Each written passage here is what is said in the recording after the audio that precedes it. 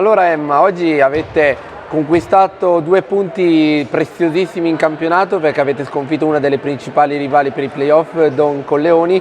Oggi avete vinto questa partita al tie break, però sono, come ho detto, 2 punti d'oro. Le tue emozioni quali sono?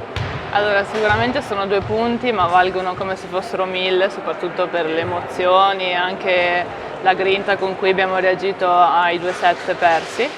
E sicuramente sapevamo che Don Colleoni sarebbe stata una degna avversaria e sono molto contenta che soprattutto dopo il primo set giocato in quel modo abbiamo saputo riprenderci e mostrare per 2 set di fila la nostra pallavolo. Poi ogni tanto ci sta avere qualche intoppo durante i set e purtroppo ci è costato caro nel quarto, ma ci siamo riprese alla fine.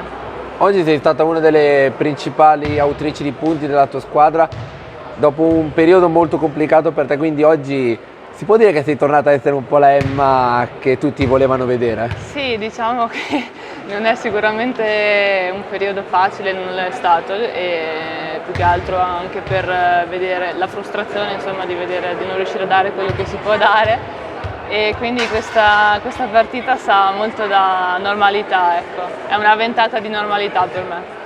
E la prossima partita sarà contro Cromus, tornerete all'Arena Biancorossa, sarà un altro bellissimo banco di prova e soprattutto vorrete ritornare ad avere il pubblico che oggi è venuto qui e vi ha caricato con tantissima carica. Certo, per noi il pubblico è sempre importante e soprattutto a casa nostra, insomma, fa molta differenza, è proprio impattante secondo me, sia per noi che giochiamo sia per gli avversari che arrivano.